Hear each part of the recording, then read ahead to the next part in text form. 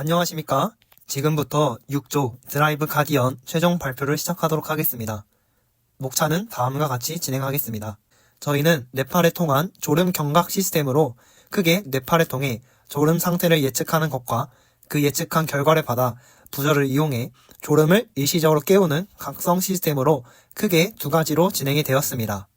경찰청 교통사고 통계에 따르면 지난 5년간 졸음운전으로 인한 교통사고는 총 1,765건으로 하루 평균 5.9건이 발생하였다고 합니다.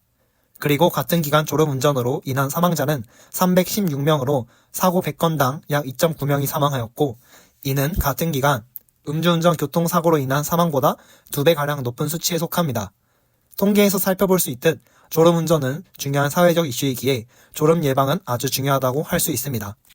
현재 졸음 측정 지표로 연구가 되는 것으로 카메라, 심박수 두 가지가 있습니다. 카메라는 눈 깜빡임을 측정하여 졸음을 파악하는 것인데, 이는 조명, 눈을 가리는 안경, 머리카락 등 외부 요인의 영향을 많이 받고 눈을 깜빡이는 다양한 원인을 파악하는 것이 어렵다는 한계가 있습니다. 심박수 측정은 부교감 신경의 활성화에 의한 심박수 변화를 측정하는 것인데, 이 심박수 또한 다양한 원인이 있어 이를 파악하기 어렵고 졸음이 이미 진행되고 나서 변화가 생긴다는 한계가 있습니다.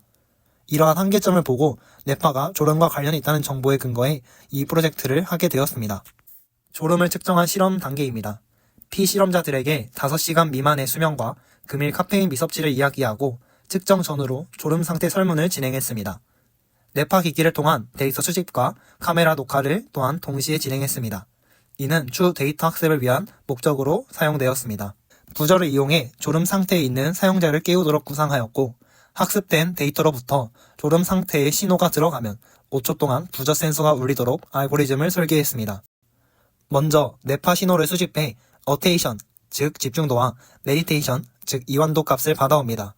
그리고 추후 자세히 설명드리겠지만 시계열 데이터 분석을 사용하였기에 시간의 흐름을 예측하기에 충분한 윈도우 크기만큼의 값이 입력이 될 때까지 데이터 버퍼라는 곳에서 값을 수집합니다. 그렇게 윈도우 크기가 충족이 되면 학습시킨 딥러닝 모델로 예측을 합니다. 이후 비졸음과 졸음 상태가 연속 5회 이상 예측되면 아두이노를 통해 부저 센서가 켜지며 졸음을 깨울 수 있는 시스템을 고안하였습니다. 데이터 수집은 네파 기기와 블루투스 연결을 통해 실시간으로 네파 데이터인 메디테이션, 어테이션 값을 수집하였습니다.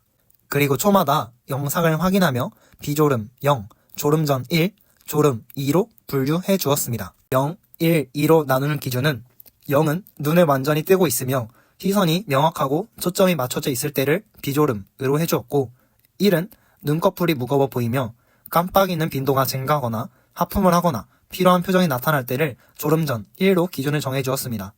2는 눈이 완전히 감겨있으며 머리가 기울어진 상태를 졸음 2로 각 기준을 나누어 라벨링을 진행해 주었습니다. 그리고 1과 2의 기준이 모호한 경우에는 하단의 식을 활용해 라벨링을 진행해 주었습니다. 처음에는 단순히 메디테이션, 어테인션 값만 보고 머신러닝 학습을 시키니 성능이 좋지 않았습니다. 이후 졸음 측정과 네파의 흐름은 시간의 흐름이 중요한 데이터라고 판단을 하였고 시계열 데이터 분석을 도입하였습니다. 두 번째 사진과 같이 저희가 각각 따로 실험하고 라벨링한 값들을 하나로 모아 시계열 학습을 시키니 실험별로 시간의 흐름이 끊어져 시계열 분석이 잘 되고 있지 못하다고 판단을 하였습니다.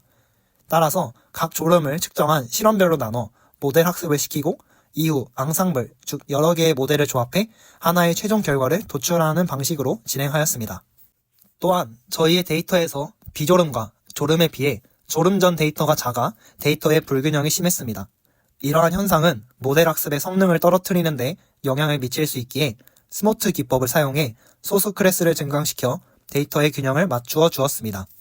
슬라이딩 윈도우는 시간에 따라 연속적으로 변하는 데이터를 모델이 학습하도록 도와주는 중요한 기법입니다. 예를 들어 이 그래프처럼 윈도우 크기가 10개라고 했을 시에 10개의 시간 구간을 한 개의 윈도우로 나누고 이 윈도우의 마지막 값에 레이블을 예측하도록 사용됩니다. 그리고 나서 윈도우는 한 칸씩 이동하며 새로운 데이터 구간을 생성합니다. 이 과정이 중요한 이유는 데이터의 순서와 흐름이 보존되기 때문입니다. 졸음 상태 예측에서는 과거 데이터를 바탕으로 졸음 패턴을 감지해야 하므로 시간의 흐름이 섞이지 않도록 윈도우를 사용해 데이터를 분리합니다. 각각 따로 실험하고 라벨링한 값들을 하나로 모아 시계열 학습을 시키니 실험별로 시간의 흐름이 끊어져 시계열 분석이 잘 되고 있지 못하다고 판단했고 각 세션별로 독립적으로 학습을 진행했습니다. 다음으로 각 세션 모델의 확률이 앙상블 단계에서 병합이 됩니다. 저희는 각 클래스의 예측 확률을 평균 내어 최종 결정을 내리는 소프트 보팅 방법을 사용했습니다. 마지막으로 평균화된 확률 중에서 가장 높은 값을 가진 클래스를 최종 예측으로 선택을 합니다. 여기서 P1이 0.65로 가장 높기 때문에 최종 예측은 프리드롭 시 졸음 전 상태가 됩니다. 다음 영상은 학습한 모델이 사용자의 졸음을 예측하고 졸음 경각 시스템이 작동하는 것을 촬영한 영상입니다. 이렇게 학습시킨 모델의 성능을 객관적으로 평가하기 위해 기존의 데이터 중 80%만 학습시킬 때 사용하였고 남은 20%의 테스트 데이터로 학습한 모델이 얼마나 잘 예측하는지 평가하기 위해 분리를 했습니다. 이 표에서 true 라벨이 실제 테스트 데이터이고 predict는 학습한 모델로 예측해본 값입니다. 실제 비교해보면 회색 박스 쳐놓은 것처럼 오류가 존재하긴 하지만 많은 경우 예측 성능이 뛰어나다고 할 수 있습니다. 저희의 프로젝트는 실제 졸음 데이터를 졸음으로 얼마나 잘 예측하였는지 확인하는 리콜 값이 중요한데 현재 프리드로우 시, 즉 졸음 전 상태의 75%로 복잡한 뇌파 시스템을 잘 예측해 주었습니다. 두 번째 표는 시계열 도입 전 리콜 값입니다. 단순히 메디테이션과 어테인션을 분석했을 때 50%를 나타내던 것이 시계열을 도입하니 70%대로 올라간 것을 확인했고 시간의 흐름이 학습에 있어 중요했던 것을 파악할 수 있었습니다. 아래 사각형 표와 같이 실제 10,000개가 조금 넘는 값 중에서 7,593개를 프리드로우 시로 정확하게 예측했음을 알 수 있습니다. 졸음이 오기 직전 상태를 다른 상태와 잘 구분하고 정확하게 예측하는 점이 시스템의 큰 강점입니다. 이러한 감지를 통해 졸음이 발생하기 전에 미리 대응할 수 있다는 점이 핵심입니다. 반면 드로우 시, 즉 졸음 상태는 리콜이 56%로 상대적으로 낮아 졸음 상태를 완벽히 감지하지 못하는 한계가 있습니다. 그럼에도 저희 프로젝트는 다른 졸음 방지 시스템과 달리 졸음의 초기 단계를 예측해 예방하는 차원에서는 유의미한 값이라고 판단됩니다. 이 프로젝트로 얻은 기대 효과는 다음과 같습니다. 기존 연구인 카메라, 심박수와 달리 졸음 상태를 미리 예측하였고 졸음을 효과적으로 예방할 것으로 기대되었습니다. 졸음 운전뿐만 아니라 수험생과 같이 졸음을 이겨내야 하는 경우 유용하게 활용될 수 있는 기술로 기대가 됩니다. 마지막으로 스트레스, 치매 등 뇌파와 관련된 현상들을 데이터 예측을 통해 분석하고 예방할 수 있을 것으로 기대가 됩니다. 이상 발표를 마치겠습니다. 감사합니다.